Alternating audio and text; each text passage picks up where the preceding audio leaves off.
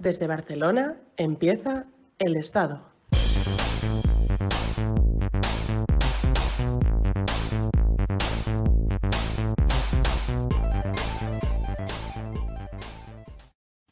Bienvenidas y bienvenidos a una nueva edición de este programa. Hoy nos acompañará Sara Vilà.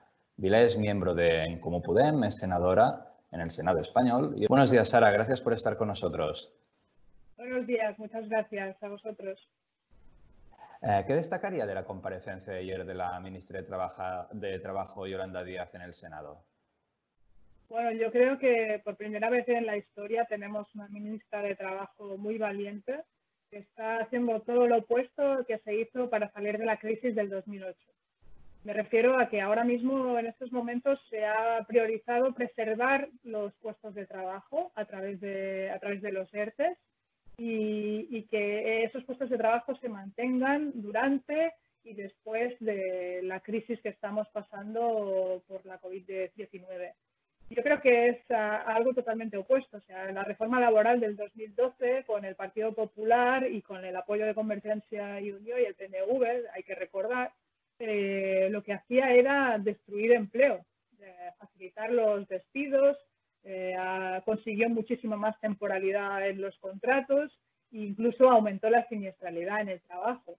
Ahora mismo es todo lo contrario. Cuando estamos apostando para mantener los puestos de trabajo, cuando estamos financiando desde el Estado los salarios de los trabajadores a través de los ERTEs, que puedan seguir cobrando un 70% de su salario cuando están confinados en casa, eso significa que, uno, mantienen su puesto de trabajo, dos, la economía puede seguir funcionando porque los trabajadores pueden seguir también consumiendo. Hay que pensar que si la gente tiene poder adquisitivo para seguir pagando sus facturas en casa o sus compras más habituales, pues el consumo más cercano también sigue funcionando, con lo cual yo creo que vamos a salir de esta crisis de una forma mucho más rápida de la que se salió con la crisis del 2008, si es que se ha salido alguna vez de esta crisis, porque al final lo que está pasando y lo que hemos visto es que salimos con muchísima más precariedad laboral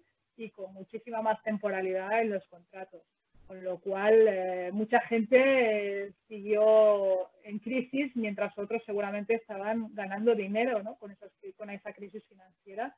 Y ahora, pues yo creo que las medidas que se están tomando son medidas progresistas, de izquierdas, que van a favor de los trabajadores y también de las pymes y de los autónomos, porque al final las pequeñas y medianas empresas, los autónomos, son los que nos procuran una economía estable de verdad en nuestro país, más que las grandes empresas, grandes proyectos, y ahora mismo se está rescatando a la gente y no a los bancos ni a empresarios millonarios como se dice anteriormente. ¿Cómo vivió la entrada de Unidas Podemos al Gobierno de España?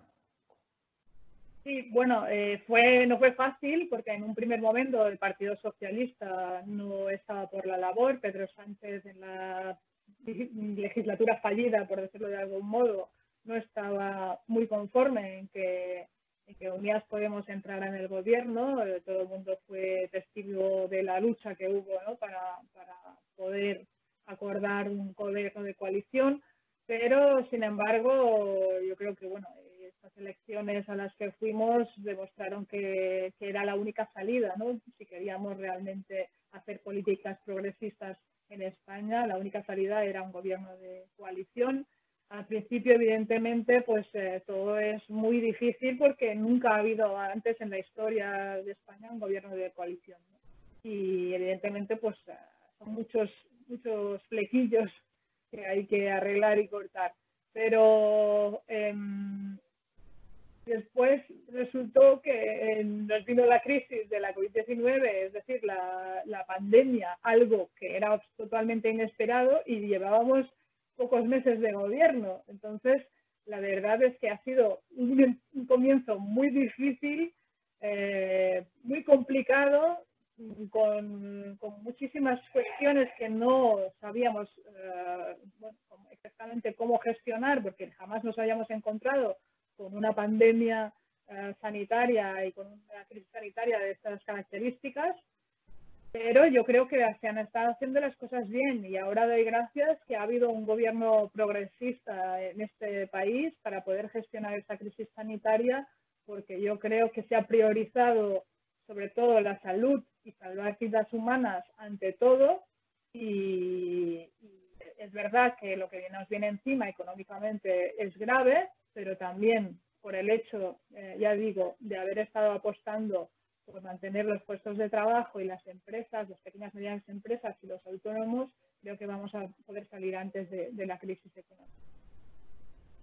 En esta legislatura entiendo, como mínimo en su caso, que hay dos cambios significativos. Por un lado, su grupo en el Senado se ha reducido considerablemente. Ha pasado de ser 20 senadores, que en un inicio eran de Unidos Podemos, a una senadora de Unidas Podemos, que es usted, en un grupo de 6 senadores que se ha reagrupado. Y por otro lado, ha pasado de estar haciendo oposición a estar en posiciones favorables al gobierno. ¿Cómo se viven estas nuevas situaciones? ¿Cómo afecta a su modo de trabajar? Bueno, la verdad es que es muy difícil pasar de 20 senadores a una, como tú bien sabes. Yo creo que aquí estamos cometiendo un error en nuestro espacio político, que es no poner demasiado interés en el Senado cuando es una Cámara importante. Sí que sabemos que es de segunda lectura, sabemos que se debería replantear todo el Senado, reformar de arriba abajo, si cabe, el Senado para que realmente sea una Cámara territorial y de primera lectura, que sea una Cámara importante y que sea como otros senados de estados federales, como en Alemania, por ejemplo, en Bélgica o Estados Unidos. Vemos que ahí los senados son fuertes y tienen el papel que tienen que tener, y son más reducidos también el número de senadores, cual cosa también los hace más ágiles. Yo creo que, bueno, teniendo en cuenta esto, y es verdad, pero cometemos el error de no prestar suficiente atención al Senado desde nuestro espacio político, desde las izquierdas. Entonces, ¿qué pasa? Que nos podemos encontrar, ahora mismo tiene mayoría el PSOE, pero nos podríamos haber encontrado perfectamente con un Congreso con mayoría progresista, como nos pasó en hace 2 legislaturas, y una mayoría de derechas en el Senado, bloqueando muchas de las cuestiones del Congreso, ¿no? Al final sí que es verdad que la última palabra la tiene el Congreso, pero del Senado lo que sí puede hacer es paralizar y hacer mucho más lento todos los procesos, si cabe, ¿no? Y entorpecer todo aquello que le hace falta a la gente y que es de primera necesidad. Entonces yo creo que tendríamos que prestar mucha más atención. Si conseguimos una mayoría progresista en el Senado, nos podemos plantear también su reforma y que sea esa Cámara ágil que todos queremos que sea, y que sea una Cámara realmente de representación territorial para que todos los territorios puedan trabajar y puedan sentir esa Cámara propia y sea distinta y tenga un papel distinto a la del Congreso. Y bueno, ahora también lo que me estoy encontrando es que se están haciendo nuevos grupos, no solo en el Senado, sino también en el Congreso, ¿no? La democracia también está cambiando en nuestro país, se está pluralizando, cada vez hay más opciones políticas, y eso hace que los grupos ya no sean tan monogámicos, para decirlo de algún modo, como solían ser, ¿no? Ya hay más grupos funcionales, tanto en el Congreso como en el Senado, y al final, bueno, es como un piso compartido, ¿no? En el que sí, compartes grupo, compartes recursos, te distribuyes tiempos, emociones, iniciativas, etcétera. Algunas las puedes hacer conjuntamente, porque evidentemente en nuestro grupo pues somos un grupo de organizaciones de izquierdas, de organizaciones territoriales políticas de izquierdas, y algunas las presentamos conjuntamente, y otras, pues en otras cosas que pensamos distinto, pues cada uno presenta lo suyo y no pasa nada, ¿no? Bueno, es otra forma de funcionar que hasta ahora no conocíamos tanto. Ya digo que hasta ahora los grupos quizás eran más monolíticos, ahora ya, pues, ya es una cosa mucho más plural y mucho más diversificada. Hablando de esta pluralidad y de estos cambios en el Senado, me gustaría hablar de Vox, ¿Qué recorrido le ve a esta fuerza política? Bueno, pues desgraciadamente tuvieron un gran resultado, ¿no? En las pasadas elecciones, en el Senado siguen teniendo solo 3 senadores, es verdad, pero en el Congreso consiguieron más de 50 diputados. Eso les coloca como tercera fuerza política más importante en España y evidentemente ya no es una amenaza. Es un hecho real. Antes hablábamos de la amenaza de la extrema derecha y ahora tenemos que decir que la extrema derecha ya está aquí, ya está influenciando las políticas, ya está secuestrando en parte muchos gobiernos del Partido Popular con Ciudadanos, ya está tirando del Partido Popular y de Ciudadanos hacia la extrema derecha y eso hace que se radicalice todo el discurso político en el Estado español. Y solo hace falta ver las últimas manifestaciones que están convocando aquí en España, clamando por la libertad para poder salir a la calle en medio de la pandemia. ¿Libertad para qué? Libertad para poder infectar a los demás. Eso es donde se ha visto. Ya sabíamos que si la extrema derecha volvería clamando por la libertad, una falsa libertad que es para ellos solo, para unos pocos. Es lo de siempre. Ellos quieren libertad para los suyos, para las grandes empresas que sus familias regentan y poco más. Para los demás no están pidiendo libertad. Para los demás lo que están pidiendo es muchas restricciones para las mujeres, por ejemplo, porque no reconocen la violencia machista, para los homosexuales, para los distintos territorios del Estado español que están clamando por más autonomía. Lo que quieren es acabar con las comunidades autónomas como se las conoce hasta el día de hoy. Son profundamente anticonstitucionalistas. Y la libertad, ya digo, por la que claman es para ellos, para poder hacer lo que les dé la gana a ellos en sus vidas, pero no para los demás. ¿Cómo ve que afectará el COVID-19 a nuestro día a día, a nuestro futuro más inmediato? Yo creo que nos va a cambiar. En algunas cuestiones será para bien. Está bien que se sea más prudente, está bien que se sea más higiénico, está bien que se piense en los demás a la hora de infectar. Porque, bueno, hace unos años, en 2007, me acuerdo que estuve en un viaje en Canadá y me sorprendió la cantidad de medidas que había ya en Canadá en ese momento para tener en cuenta eso, ¿no? De no infectar a los demás. Si tú estás contagiado, no contagiar a los demás. Porque ya no es para ti puede ser una simple gripe, un simple resfriado, pero para otra persona con dolencias, con enfermedades crónicas, puede ser la muerte. Entonces, allí ya eran muy conscientes de eso y me sorprendió, ya digo, me parecía una sociedad muy, muy escéptica, ¿no? Pero bueno, es algo que aquí en España seguramente pues nos hacía falta un poco ser más conscientes de lo que suponen los contagios. Y creo que ahora, a partir de ahora, vamos a ser más prudentes y más higiénicos con lo que respecta a los demás. Y seguramente más solidarios también con todos aquellos que están en las profesiones en primera línea, ¿no? Esas profesiones esenciales, esos trabajos esenciales que nos han cuidado tanto durante estos días y que ahora se tienen que ver recompensados y valorizados como tendrían que haber estado antes y no lo estaban seguramente. Entonces, vamos a ser más conscientes de muchas cosas, pero también es verdad que pueden, de la misma manera que pueden salir los sentimientos positivos y de cooperación, también pueden salir los del egoísmo, ¿no? También pueden aflorar los del egoísmo. Y la extrema derecha, por ejemplo, o la derecha, los va a aprovechar esos sentimientos de egoísmo, en el sentido de, bueno, de dividir más la sociedad si cabe. Van a jugar al juego de la división del político, dividirnos como sociedad y también entre la solidaridad o cooperación entre estados. Podemos apostar por el egoísmo y lo que hizo Alemania, por ejemplo, en su día, cuando prohibió que se exportara material sanitario de primera necesidad a Italia, o podemos apostar por la solidaridad y hacer caso de la resolución que se aprobó en el Parlamento Europeo la semana pasada que está respaldada por el 80% de la Cámara y que habla de transferencias económicas, más de la mitad que sean con una deuda respaldada por impuestos propios de la Unión Europea, ya sean impuestos verdes o digitales.